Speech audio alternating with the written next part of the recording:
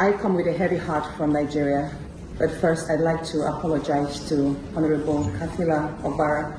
I am not here to bring shame to our country.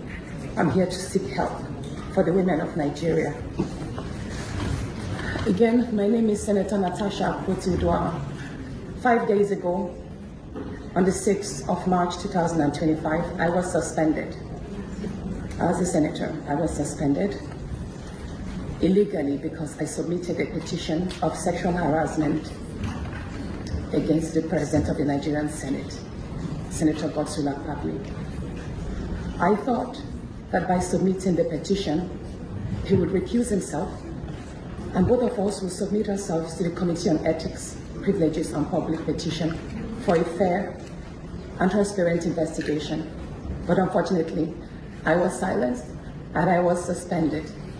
I was suspended for 6 months, amongst many other stringent conditions, such as taking away my security, taking away all the officials, vehicles, and other items that were handed over to me as a senator. My salaries will be cut off.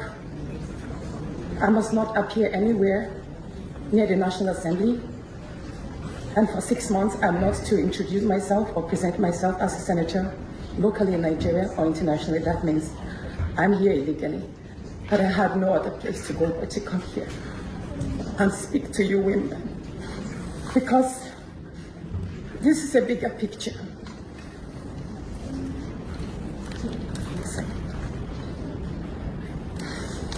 This is a bigger picture. It depicts the crisis of women political representation. My suspension is not just about me. It's about the systemic exclusion of women from political leadership in Nigeria. Women make up 3.6% of political offices, and in the Senate, it's just 2.8. We have 109 men, and only 4 of us are women. So right now, it's 108 with only 3 women. This is a clear case of political victimization, punishment for speaking out against impunity, corruption, and gender-based violence. The United Nations Declaration 48/104 declares sexual harassment as a form of gender violence. The Senate's actions are an assault on democracy.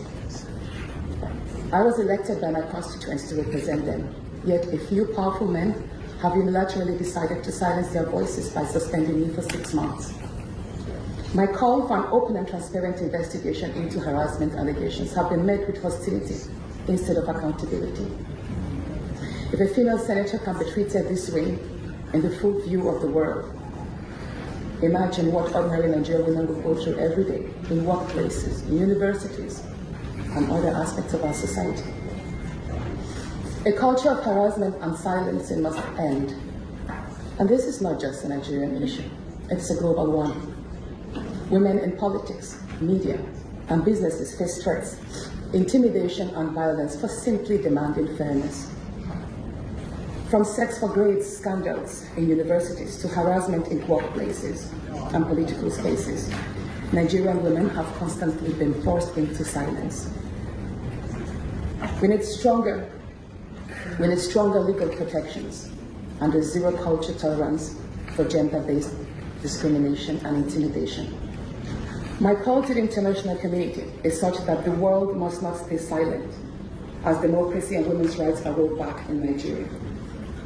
I call on human rights organizations, women movements, and democratic institutions to hold the Nigerian Senate accountable. Nigeria needs global partners to push for women's political inclusion, safety, and protection from political harassment. You may ask, what are my next steps? I will resist the political intimidation. In the past few days, a number of my colleagues, my male colleagues, have reached out to me and said, Natasha, all you need to do is apologize and retract your statements. And I told them I'm not going to apologize. I will not apologize for my truth.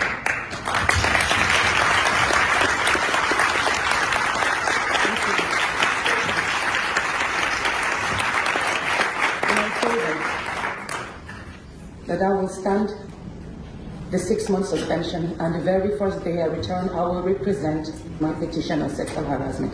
And I will continue doing so until there is a fair and transparent investigation.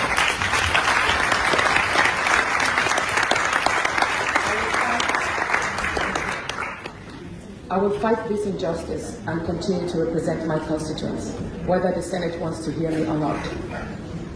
I will work with women's groups, civil society, and legal teams to ensure that this unconstitutional suspension is quashed. This is bigger than me. This is about ensuring that no other woman in politics or public office will ever be silenced again. Thank you so much.